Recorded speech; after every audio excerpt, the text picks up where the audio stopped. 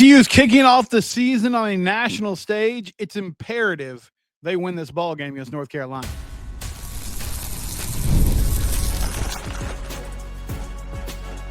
You are Locked On Horned Frogs, your daily podcast on the TCU Horned Frogs. Part of the Locked On Podcast Network, your team every day.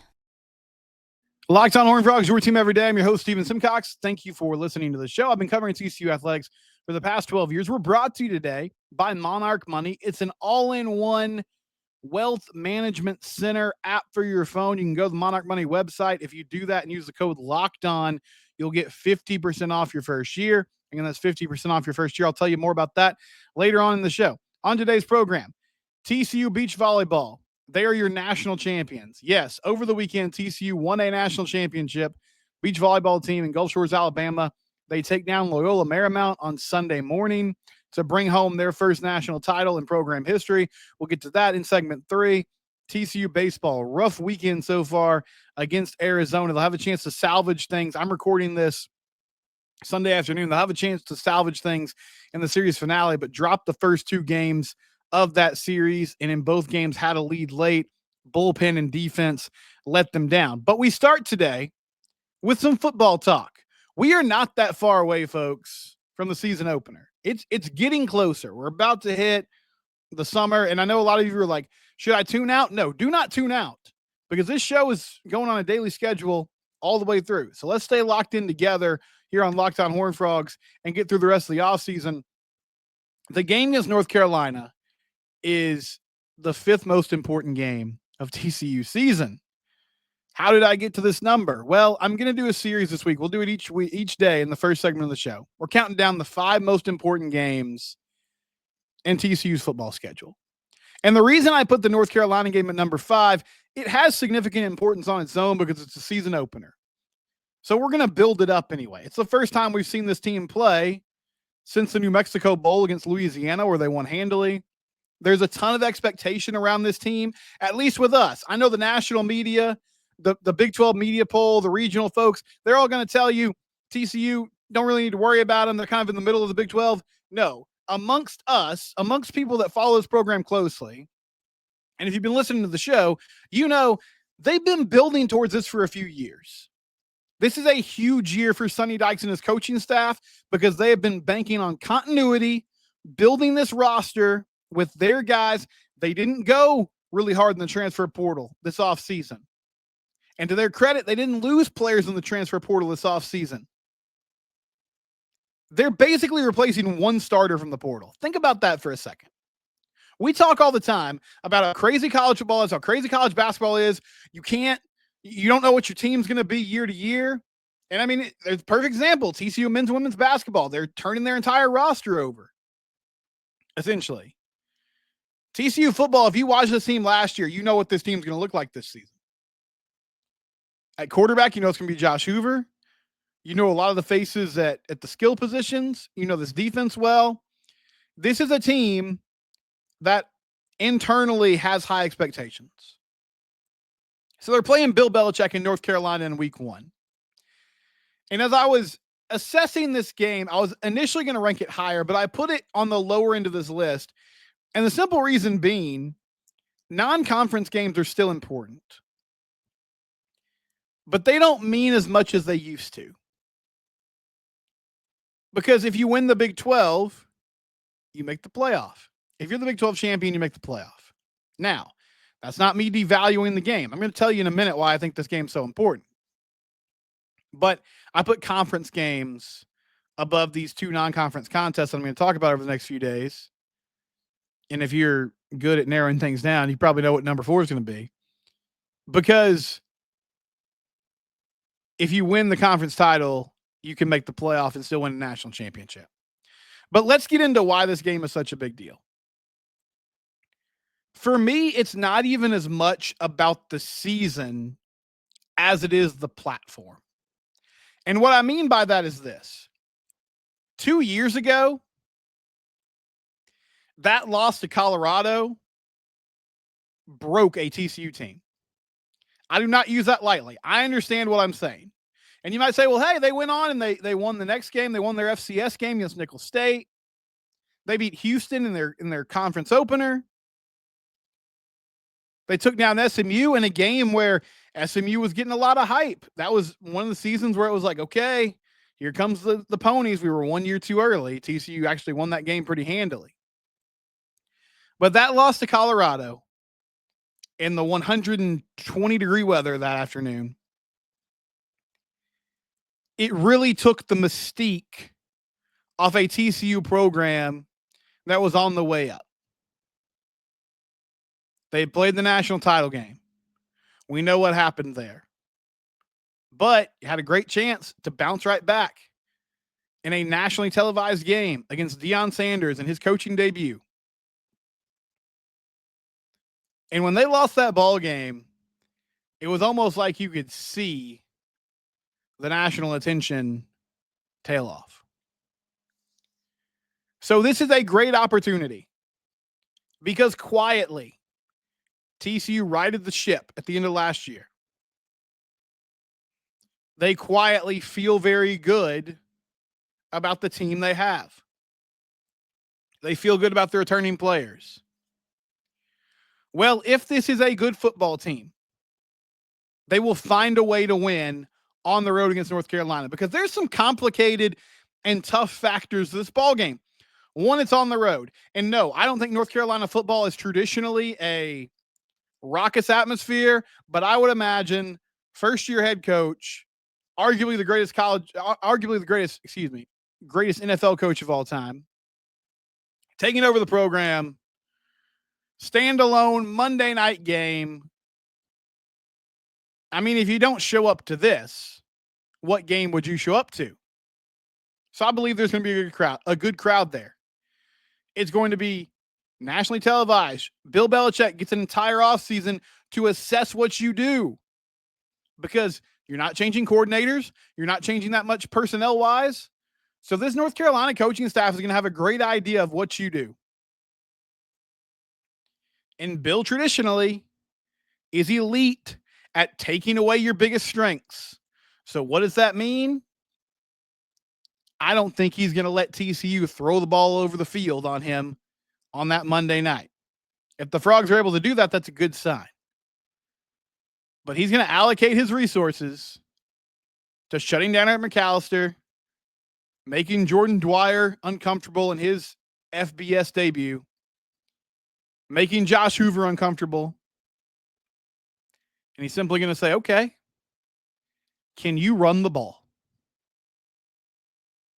Can you run the ball consistently? Can you get positive yards on first and second down to set up third and manageable? And third and fourth and short, can you line up and move the pile and move the line of scrimmage and get first downs?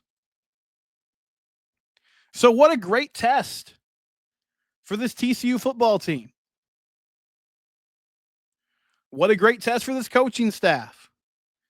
Big time roster turnover at North Carolina. A very good coach on the other sideline who hangs his hats on X's and O's and making your life tough from a strategy standpoint. This is a great test for Sonny Dykes and his team to show some toughness, both mentally and physically. Are they the tougher team up front? Offensive line wise, are you better? Can your defensive line and your edge rushers get after the quarterback? Is your defense ready to step up and fire off from week one? Because they're playing in the same system. They have a lot of the same players. They should be ready to go immediately. Is that the case? These are the questions that are going to be answered. Defensively, North Carolina in the spring portal window, they had a brief flirtation with Nico Amaliava, the former Tennessee quarterback, but he ends up at UCLA. They go get Gio Lopez from South Alabama. It was a young quarterback coming off his redshirt freshman season where he threw for 2,559 yards, 18 touchdowns, only 5 interceptions. He rushed for 465 yards on 83 carries, had 7 touchdowns on the ground. So he was a dual threat QB and he was a threat with his legs in scoring territory, in the red zone.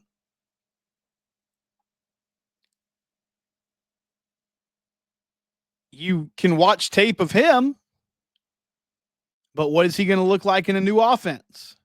We'll have to see. A lot of things will probably have to be adjusted on the fly. Veteran defense, though, that should have a better understanding of what their expectations are, what their scheme is, what they need to do on a week-to-week basis to be successful. Can they confuse this young QB? Can they pressure him and make his life tough and force him into bad decisions? It sort of got lost in the weeks after because that first month of the season was really rough for TCU from a defensive standpoint last year. But that Stanford game, Andy Avalos and his defense saved their bacon that night. Offensively had some turnovers, especially in the first half. A lot of sloppy play, just not super efficient, trying to figure things out.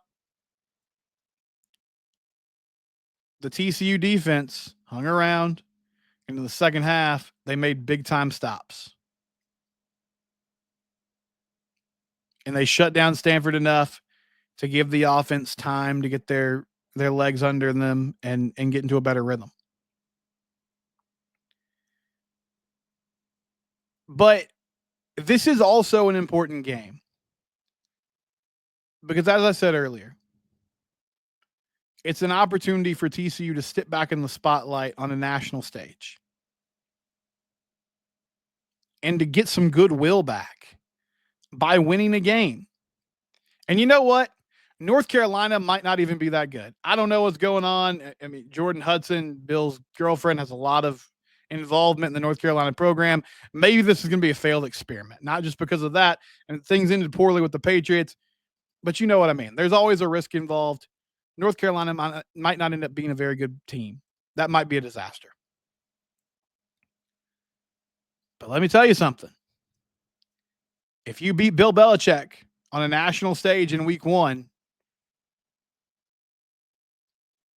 that's a good deal. Like, that's going to catch people's attention. Even if that team doesn't end up being very good in the ACC, that's something people will take notice of. And that's enough to start getting the momentum going in the right direction again as you prepare to hit conference play and go win a Big 12 title. Because that's my expectation for this year. They should at least be playing in Arlington. And if they're that type of team, they'll overcome the challenges and win in week 1. Now, thankfully, I feel like this is a group that, from a culture standpoint, can withstand a loss better than that team did 2 years ago. But they need this victory. When we come back, TCU baseball, ugly Friday and Saturday night in Tucson. We'll talk about that next here on Locked On Horned Frogs, your team every day.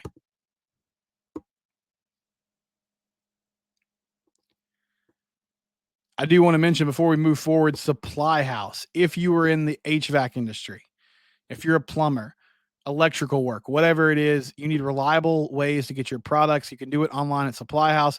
Their easy-to-use website is packed with helpful resources and the latest product info to help you get the job done right.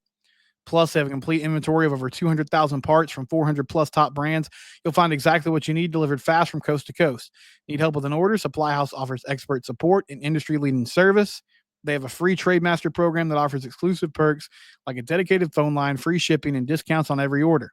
Thousands of skilled professionals are already taking advantage. Now it's your turn. Join the Trademaster program today at supplyhouse.com/TM and start ordering plumbing, HVAC, and electrical supplies with just a few clicks.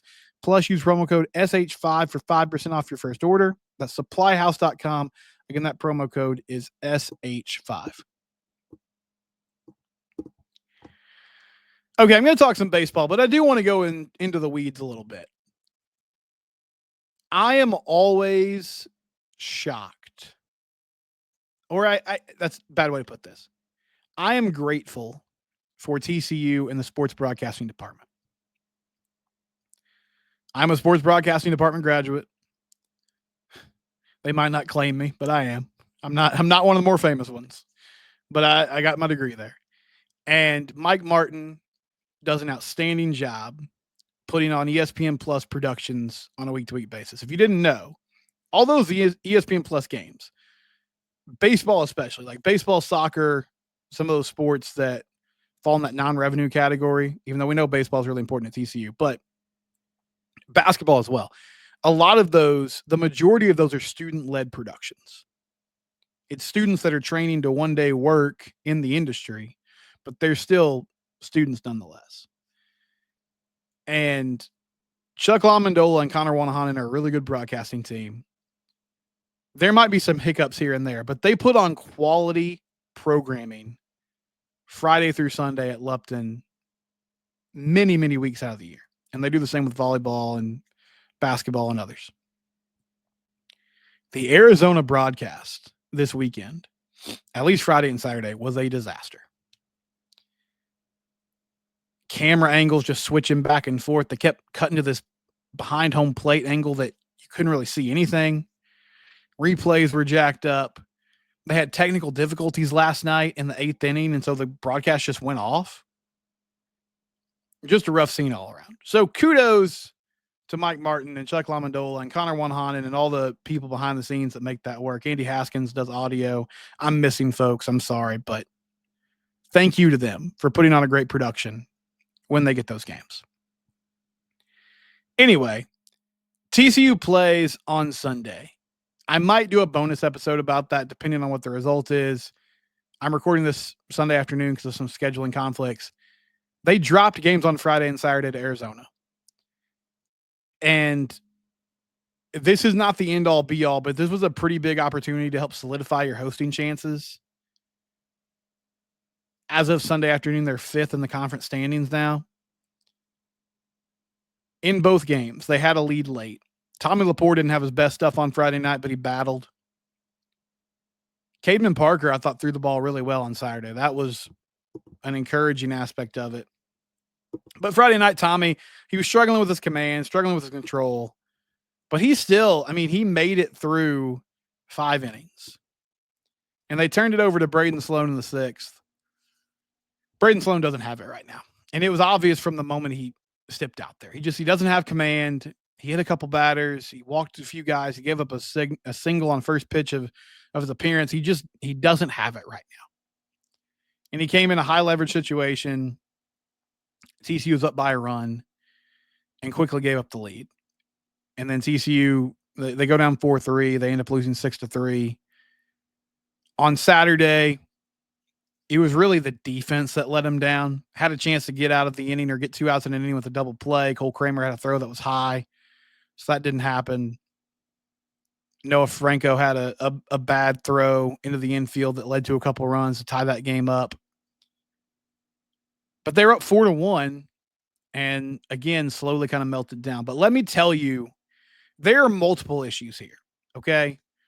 Bullpen, yeah, that's an issue at the moment. Starting pitching has been an adventure, but largely it's been pretty consistent. The problem with this team, they don't score runs. They just don't. They scored 4 runs on Saturday, all in the 5th inning. That was it. If Sawyer Stroh-Snyder is not producing, I don't know where this team is. Because he's the only guy at the moment that can seem to get runs across the plate. The bottom of their lineup is really struggling. Carson Bowen's having a hard time in the leadoff spot right now, and he's had a good year overall, but it's an issue right now. Same thing with Cole Kramer. Isaac Cadena has had rough luck. He hit some balls hard that have been caught, but also he's just having a tough year hitting the ball. And I know the guys are working on it. I know they're working hard. I understand it. But they're not hitting the ball well enough. They're not getting on base. And when they do, there's base running mistakes that are sinking them. On the road over the past 3 weekends, now they had that home series against Baylor sandwiched in between, struggled against UCF, struggling against Arizona. And we are getting closer to a world now. A Big 12 championship in the regular season's out of the picture. At this point, you're trying to finish strong with the games you have left on the schedule and hope that you can get hot during the Big 12 tournament.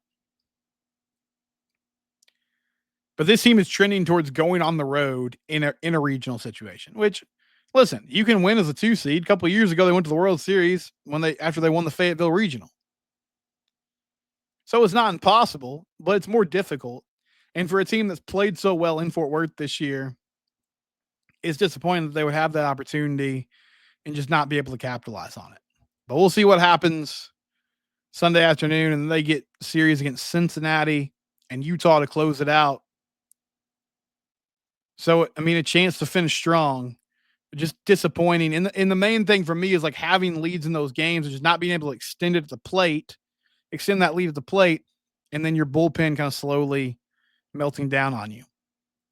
It's frustrating to watch. And if you're also a Rangers fan, God bless you, because I am too. And I'm paying all this money on Victory Plus to watch them strike out every night. It's a rough scene, guys. When we come back, TCU won a national championship over the weekend. We'll talk about that next turn. Locked on Horned Frogs, your team every day. Listen, you can't mess around with your money. You need to know where it's going. You need to know how you're spending it. It can be easy to lose track of that with auto debits and auto payments and all these recurring charges and fees that you might have. Go to monarchmoney.com. Use code LOCKEDONCollege for 50% off your first year. It will tell you how to track your money. It will also allow you to track all your finances. It's a financial command center, a wealth management center, all in one place. You and your spouse or you and your partner can put all your accounts in one spot so you can get a better picture of, okay, what are we doing on a month-to-month basis? How can we possibly improve? Go to monarchmoney.com. Again, that promo code is LOCKEDONCollege to get 50% off your first year. I was not a math major, but I am smart enough to know that is half off.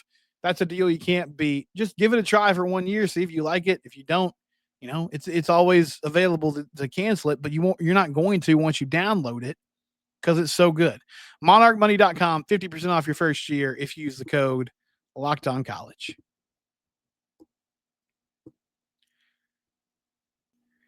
TCU Beach Volleyball, congratulations. They are your national champions. They take down Loyola Marymount on Sunday morning, 3-2. If you don't know how this works, there's 5 matches. It's 2-on-2, and it's best 3 out of 5 in those matches to see who gets the victory.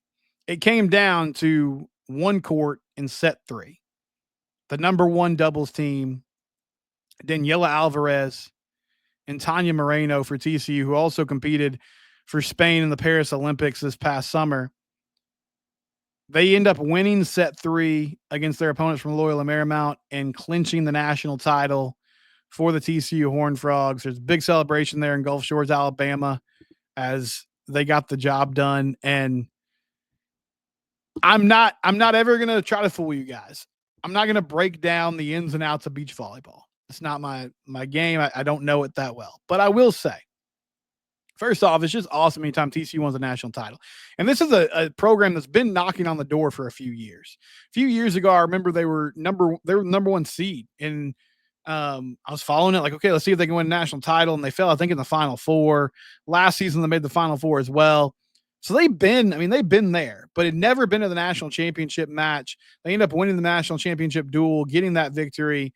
I saw Jamie Plunkett from Frogs Insider and from Horned Frog Blitz say that it's the first time that somebody other than USC and UCLA won a national title, and just an outstanding effort by them. I also had a lot of fun watching the games on TV over the weekend. Like I'd sat down, I guess, in the past in this tournament in Gulf Shores, but I got to watch a lot of it on Saturday because it was just back to back to back, and then Sunday as well. I mean, it only takes like an hour and a half for these duels to finish up. And so it's entertaining. There's 5 matches going on. It switches back and forth.